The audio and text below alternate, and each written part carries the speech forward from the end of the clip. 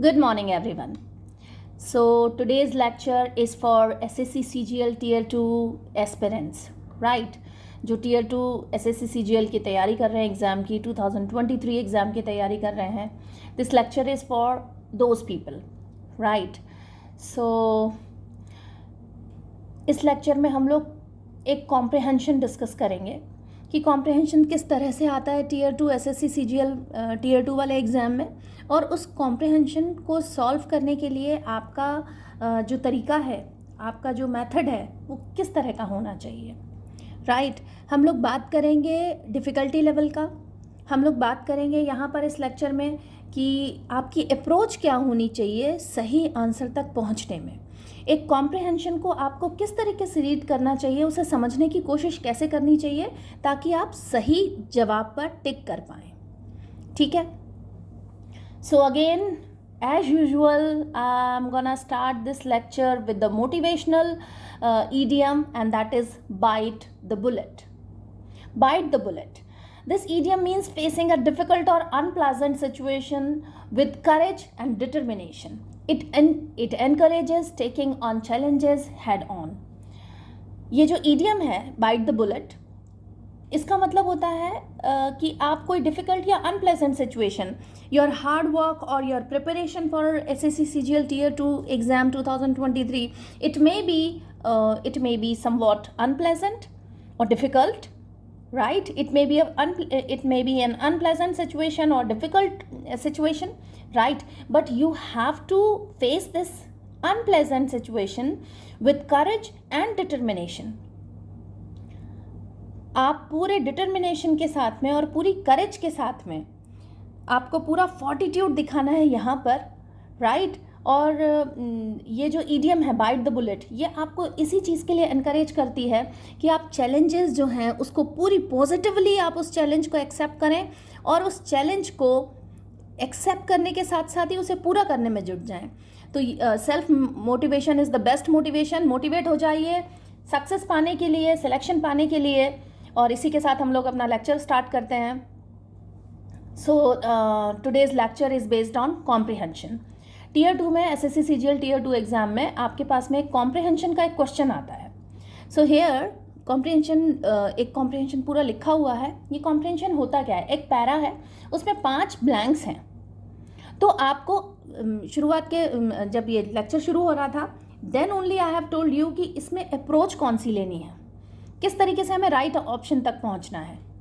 सबसे पहले आपको ये कॉम्प्रिहेंशन बिना फिल इन द ब्लैंक भरे, बिना ये जो ब्लैंक हैं उनको बिना फिल करे आपको पूरा का पूरा कॉम्प्रिहेंशन पढ़ना है, पूरा का पूरा ये पैसेज पढ़ना है. उसके बाद में आपको काफ़ी चीज़ें समझ में आ जाएंगी. तो सबसे पहले तो आप क्विकली ये पूरा पैसेज पढ़ लें. क्या है? Read the following passage and fill in the blank with words chosen from option given. Right? So I'm reading this passage for you. Okay? This passage says, as he started his speech, Harsh was aware that people were listening to him quite and dash. Things seemed to be going quite well. Then dash. Halfway through the talk, he saw his friend Ravi look, then dash, his pal Sunil roll his eyes and whisper in his ear. Harsh dash understood that Ravi, who had been upset ever since his promotion, was now dash disturbance intentionally. इस passage को पढ़ते ही, इस paragraph को पढ़ते ही आपको समझ में आ रहा है, आपको बहुत आसानी से इसकी जो लैंग्वेज होती है, इस कॉम्प्रिहेंशन वाले क्वेश्चन में जो पैसेज की लैंग्वेज होती है वो बहुत हार्ड नहीं होती. इसमें बहुत ज़्यादा ऐसे डिफ़िकल्ट वर्ड नहीं, जो फिल इन द ब्लैंक हैं वो डिफ़िकल्ट हो सकते हैं, समवॉट तो इतने डिफ़िकल्ट हो जाते हैं कि आपको उनके मीनिंग ही समझ नहीं आते हैं. What ever it is, meaning समझ नहीं आ रहे तब भी हमें उनके आंसर्स ढूंढने हैं. आई टेल यू कैसे आंसर्स ढूंढने हैं. अच्छा, कॉम्प्रिहेंशन वाला क्वेश्चन करने के पहले I request you to subscribe the channel, share कर लीजिए, लाइक कीजिए. right? Motivation, self motivation is the best motivation. So it is like this I also need this motivation. आप लोग सब चैनल को सब्सक्राइब कर लेते हैं, शेयर करते हैं, लाइक करते हैं. This is one motivation for a teacher कि बच्चों को पसंद आ रहा है, जो एस्पिरेंट्स हैं उन्हें सही लग रहा है. सो चैनल को सब्सक्राइब कर लीजिए, शेयर कीजिए और लाइक कीजिए। ओके, सो कॉम्प्रिहेंशन, वापस आते हैं कॉम्प्रिहेंशन पर, वापस आते हैं पैसेज पर। ये जो पैसेज है, लैंग्वेज इसकी ईजी है और इसको पढ़ते ही हमें समझ में आ रहा है कि as he started a speech, कोई स्पीच चल रही है और हर्ष ही स्पीच दे रहा है, तो लोग उसको सुन रहे थे। अब कैसे सुन रहे थे वो देखना पड़ेगा।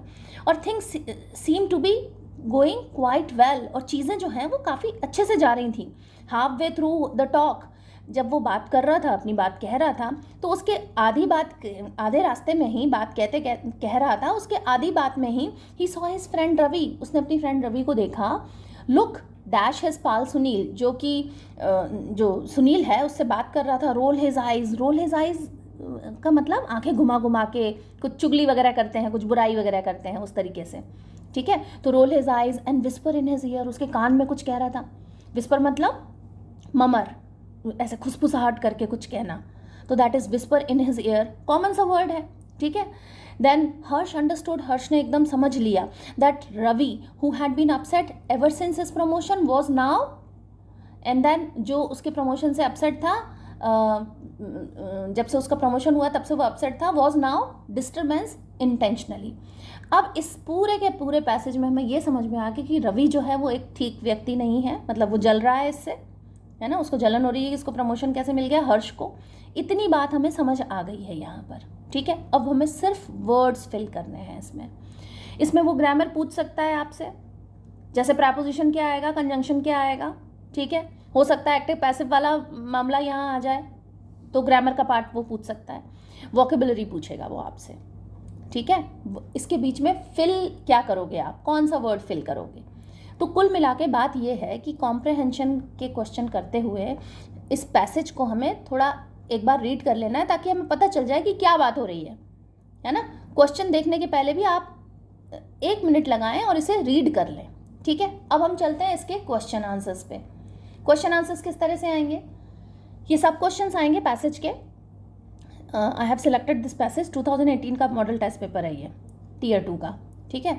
तो फर्स्ट क्वेश्चन क्या कह रहा है, select the most appropriate option to fill in the blank number 1। ऐसे 5 1 2 3 4 5 5 ब्लैंक आ रहे हैं, तो नंबर 1 में भरने के लिए हमें क्या मिल रहा है। अब नंबर 1 ब्लैंक क्या है, वापस ब्लैंक पे जाइए। नंबर 1 ब्लैंक क्या है, as he started his speech Harsh was aware that people were listening to him quite. और सेकेंड सेंटेंस में ही देखिए, इसीलिए हमने पहले पैसेज पढ़ा था।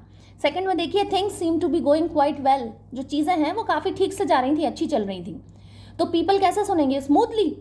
It is an adverb, means without problem और डिफिकल्टी। स्मूथली सुन रहे थे, स्मूथली उसकी बात सुन रहे थे, किसी प्रॉब्लम या डिफिकल्टी के बिना सुन रहे थे। बात ऐसे सुनी जाए, मतलब जिसमें कोई डिफिकल्टी नहीं हो, बात सुनने में क्या डिफिकल्टी, या तो बोरिंग हो जाएगा। स्मूथली थोड़ा अप्रोप्रिएट नहीं लग रहा है इसमें। Evenly, it is an adverb, means so as to prevent a flat or uniform surface or line, ठीक है। ये एडवर्ब की तरह भी काम आता है और लाइक एडजेक्टिव की तरह भी काम आएगा। इवन, जैसे इवन सरफेस, ठीक है। एग्जाम्पल, अगर वो एडजेक्टिव की तरह काम आ रहा है तो इवन सरफेस, इसका एग्जाम्पल है scoop cream on to the cake and spread evenly. ये इवनली एडवर्ब की तरह काम आ रहा है, ठीक है। इवन जो है वो एडजेक्टिव की तरह काम आ जाएगा और इवनली जो है वो एडवर्ब की तरह काम आएगा, राइट। तो इवनली मतलब एक सार करके, एक जैसे करके, इन इक्वल नंबर्स और अमाउंट्स और values. Example, the jackpot will be split evenly among the holders of 3 tickets. 3 ticket के जो होल्डर्स थे उनको इवनली, बराबर में उनमें बांट दिया गया, इक्वली बांट दिया गया। इक्वली सुन रहे थे, इवनली सुन रहे थे, नो, क्लियरली, बिल्कुल साफ तौर पे सुन रहे थे। क्लियरली, इवनली, स्मूथली, ये तीनों ही अप्रोप्रिएट नहीं बैठते, क्योंकि इसमें एक स्पेसिफिक तरीका नहीं आ रहा है किस तरीके से सुनने। इंटेंटली मतलब होता है, it is an adverb, means with earnest and eager attention, बहुत ध्यान से, intently. They were listening to him intently, वो बहुत ध्यान से सुन रहे थे। वापस से पैसेज देखिए, पैसेज का जो फर्स्ट ब्लैंक है वो है, as he started his speech, जैसे उसने अपनी स्पीच शुरू की, Harsh was aware that people were listening to him quite intently, कि लोग उसकी बात को बहुत ही सावधानी से, बहुत अच्छे से, बहुत ध्यान से और बहुत इंटरेस्ट के साथ सुन रहे थे, तो क्या आएगा यहाँ? इंटेंटली, क्योंकि सेकंड सेंटेंस भी things are going quite well, जो चीज़ें हैं वो काफ़ी अच्छी चल रही थी, ठीक है। तो यहाँ ऑप्शन आएगा option number 1, that is intently. Now the second question. अच्छा, कॉम्प्रिहेंशन वाले जो क्वेश्चन आएंगे उसमें आपको हर क्वेश्चन के पहले वो पूरा का पूरा पैसेज वापस देगा, ठीक है। तो आपको पूरा पैसेज वापस नहीं पढ़ना है, ये नहीं कि आप वापस से पूरा पैसेज पढ़ना है, आपने एक बारी 1 मिनट के अंदर अंदर वो पूरा पैसेज पढ़ लिया है। अब तो आपको सिर्फ कौन सा ब्लैंक है, नंबर 1 है या 2 है या 3 है या 4 है, केवल उस ब्लैंक को पढ़ना है। ये शुरुआत में देखिए, कॉम्प्रिहेंशन या वाले सवाल सॉल्व करने के पहले आप ज़रूर एक बार कॉम्प्रिहेंशन पढ़ेंगे, उससे आपको आइडिया पड़ जाएगा, आइडिया लग जाएगा कि एक्चुअली वो पूछ क्या रहा है, बात क्या हो रही है, इस पैसेज में क्या बात हो रही है, और बात पता चल जाएगी। उसके बाद में जब वो क्वेश्चन पूछ रहा है कि फर्स्ट ब्लैंक में क्या आएगा, तो आप केवल फर्स्ट ब्लैंक पढ़ें, सेकंड में क्या आएगा तो केवल सेकंड ब्लैंक पढ़ें। ज़्यादा ही कंफ्यूज हो रहे हो आप, तो फिर आपको अगर फर्स्ट पूछ रहा है तो सेकंड भी पढ़ लेना है कि हाँ ठीक है, इससे कोरिलेशन क्या है। अदरवाइज आपको इतना टाइम वेस्ट नहीं करना है इसमें, एक बार पढ़ लिया तो आपको समझ आ जाएगा, ठीक है।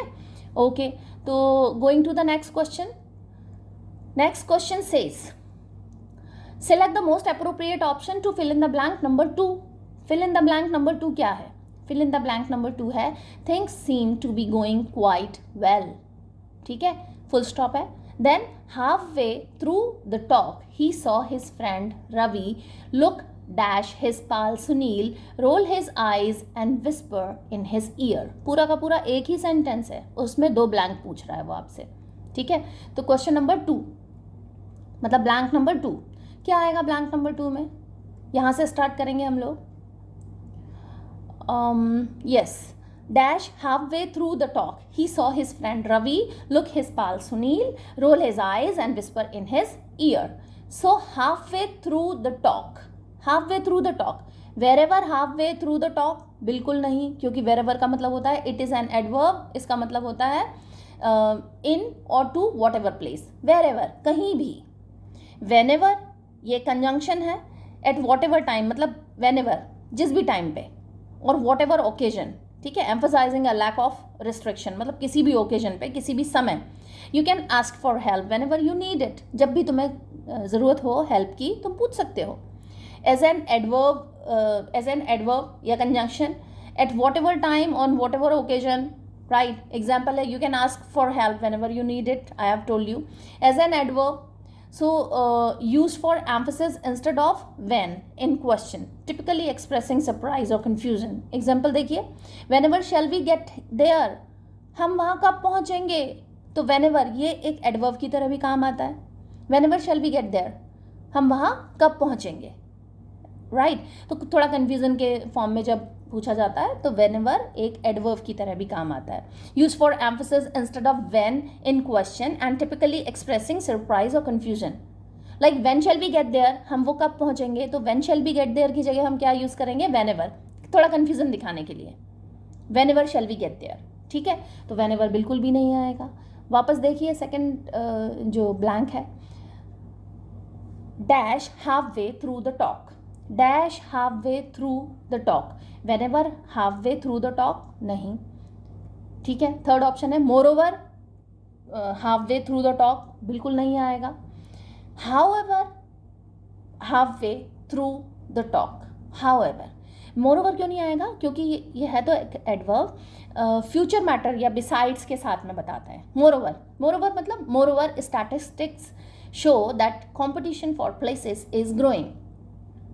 मोरोवर मतलब कुछ इसके साथ साथ ये भी है। मोरोवर थोड़ा कुछ बात कहने के साथ साथ कुछ और भी उसमें ऐड करते हैं तो हम मोरोवर वर्ड यूज़ करते हैं, एडवर्ब की तरह ही काम आता है मोरोवर, राइट। मोरोवर नहीं आएगा। हाउएवर ये एक एडवर्ब है, used to introduce a statement that contrast with or seem to contradict, जो विरोधाभास दिखाता है, कॉन्ट्राडिक्ट करता है, कॉन्ट्रास्ट दिखाता है, right, something that has been said previously। example है people tend to put on weight in middle age, however gaining weight is not inevitable। people tend to put on weight in middle age, जब वो people middle age में होते हैं अपने मतलब ये 35 से लेके 45 के बीच में, राइट, ये मिडिल एज बोले जाता है। तो people tend to put on weight, वो वेट बढ़ता है, उनका वेट, उनका वजन बढ़ जाता है। However gaining weight is not inevitable, जबकि ये हाउएवर मतलब जबकि, राइट। सो जबकि गेनिंग वेट जो गेन कर लेते हैं, पुट ऑन कर लेते हैं, इज नॉट इनएविटेबल, ऐसा नहीं है कि वो इनएविटेबल है, वो वापस नहीं लाया जा सकता, वो वापस लाया जा सकता है। Gaining weight is not inevitable, right. So however यहाँ पर आएगा। अब सेकेंड वाला जो ऑप्शन है ब्लैंक है, उसमें हाउएवर यूज़ करके देखते हैं हम लोग। However half way through the talk he saw his friend Ravi look, dash his pal Sunil, roll his eyes and whisper in his ear. देखो, फर्स्ट वाला जो चल रहा था, हमने जब फर्स्ट ब्लैंक किया था, तो as he started his speech, Harsh was aware that people were listening to him quite intently. Things seemed to be going quite well. चीज़ें अच्छे से जा रही थी। However, halfway through the talk, जबकि बातचीत करने के आधे रास्ते आधी बातचीत हो गई, फिर क्या हुआ? He saw his friend Ravi look his pal Sunil, उसने अपनी फ्रेंड को, हर्ष ने अपने फ्रेंड रवि को देखा। अब रवि, ऑप्शन नंबर 3, रवि ने जो कॉम्प्रहेंशन का ऑप्शन नंबर 3 है, देखिए इसको, ऑप्शन नंबर 3 के रवि लुक हिज पाल। सो यहाँ पर उसने प्रैपोजिशन पूछे हैं आपको, 4 प्रैपोजिशन है, at, opposite, through, in. This is third one. Ravi look dash his pal Sunil. Ravi look at his pal Sunil. Ravi look at his pal Sunil, roll his eyes and whisper in his ear. ठीक है, रवि जो है उसने सुनील को देखा, अपनी आंखें ऐसे रोल करी, and then whisper in his ear, he mutter या मर्मर इन हिज ईयर, उसके कान में ऐसे खुसफुसा के कुछ कहा उसने, रवि ने। ठीक है, तो यहाँ पर एट आएगा। लुक एट, लुक अपोजिट बिल्कुल नहीं, लुक थ्रू नहीं, look in no, look at, उसकी तरफ देखा ना, लुक एट, प्रपोजिशन एट आएगा। प्रपोजिशन का पूरा एक lecture, actually some students have told me कि मैम प्रपोजिशन का पूरा एक लेक्चर ले लीजिए, but first I am completing this, पूरा जो मॉडल टेस्ट पेपर है उसके जो क्वेश्चंस हैं, आई एम कंप्लीटिंग दैट। अगर आपको भी लगता है कि प्रपोजिशन का पूरा एक लेक्चर मिलना चाहिए आपको, तो कमेंट बॉक्स में जाके आप कमेंट कर दीजिए, then I will definitely plan for this preposition lecture on preposition, definitely I will do it, right. Okay, so now the fourth one, right, fourth one, select the most appropriate option to fill in the blank number 4। अब number 4 क्या है? Harsh dash understood that Ravi. Harsh ने क्या understood किया और किस तरीके से? हर्ष अंडरस्टूड दैट रवि, तो हर्ष इमीडिएटली मतलब एट वंस और इंस्टेंटली, एकदम जल्दी से, इमीडिएटली। एग्जाम्पल देखिए इसका, I rang immediately for an ambulance, मैंने तुरंत एम्बुलेंस के लिए रिंग कर दिया। ठीक है, सिमिलर वर्ड्स हैं इसका, straight away, at once, right away, right now, instantly, right now, directly, promptly, forthwith, and this that very like these are, एकदम से जो चीज़ हो जाती है इमीडिएटली उसके लिए वर्ड आता है। ठीक है, सेकेंड ऑप्शन जो है वो है कीनली। कीनली मतलब होता है, it's also an adverb. Keenly means extremely और स्ट्रांगली। ठीक है, कीनली मतलब एक्सट्रीमली या फिर स्ट्रांगली। सो वो एकदम एक्सट्रीमली समझ गया, ही अंडरस्टूड एक्सट्रीमली, या फिर ही अंडरस्टूड इमीडिएटली, या थर्ड ऑप्शन है urgently. It's also one adverb. इसका मतलब होता है इन अ वे विच रिक्वायर्स इमीडिएट एक्शन और अटेंशन। अर्जेंटली, एकदम तुरंत प्रभाव से, जल्दी से कुछ काम किया जाए, अर्जेंट है बहुत, अर्जेंटली। तो he understood urgently, no. Cleverly, बहुत चालाकी से वो समझ गया। इसका मतलब एकदम ओरिजिनल और स्किलफुल वे में समझ में आ गया उसे।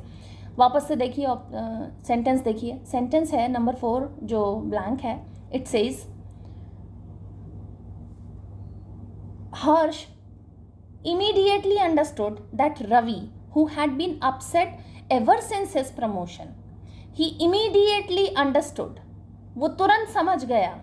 He immediately understood, he keenly understood बिल्कुल नहीं आएगा, he urgently understood नहीं आएगा, he cleverly understood, he cleverly understood। cleverly, इसमें clever जैसी कोई बात ही नहीं आ रही है, इसमें बहुत चालाकी की ज़रूरत ही नहीं है। वो खुसफुस कर रहा था, कान में कुछ बात कर रहा था, he was rolling his eyes, ये सब कुछ देख के ही इमीडिएटली वो तुरंत ही समझ गया। इसमें कोई क्लेवर जैसा नहीं है, कोई उसने ज़्यादा उसको दिमाग लगाने की ज़रूरत नहीं पड़ी थी, इसलिए क्लेवरली नहीं आएगा यहाँ। ठीक है, लास्ट है, लास्ट वाला ब्लैंक है, and it says select the most appropriate option to fill in the blank. Fifth, fill in the blank number 5. And what is number 5? Was now disturbance intentionally. Was now created disturbance intentionally. Was now, was created.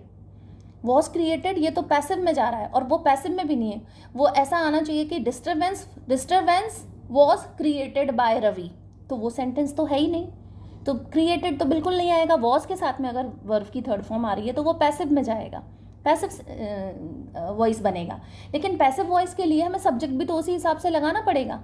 तो अगर ये यूं होता कि disturbance was created by Ravi, right, disturbance was created by Ravi, तो फिर भी थोड़ा हम इस पर सोच सकते थे कि हाँ ये कुछ ऑप्शन होगा क्या।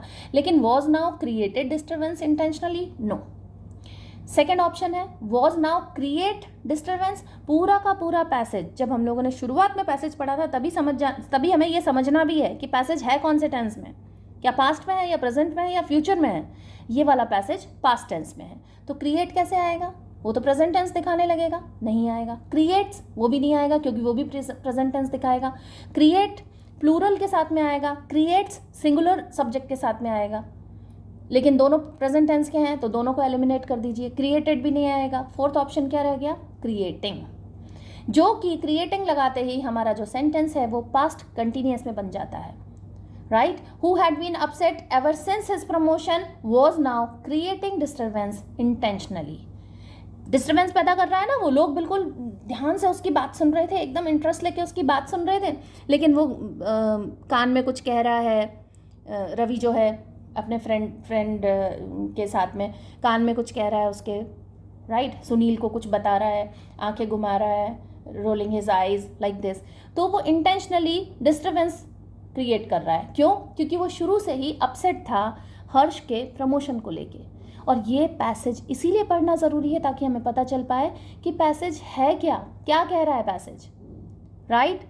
तो आपको तरीका यही लेके चलना है, अप्रोच यही लेके चलनी है। पहले पैसेज पढ़िए, उसके बाद में उसके ब्लैंक करिए 1 2 3 4 5। और अगर कहीं कंफ्यूज हो जाते हैं कि आपको सपोज सेकंड ब्लैंक नहीं समझ आ रहा, वो उसका कुछ कोरिलेशन ही समझ नहीं आ रहा, then you can go for first and third, कि फर्स्ट और थर्ड का ब्लैंक क्या हो सकता है।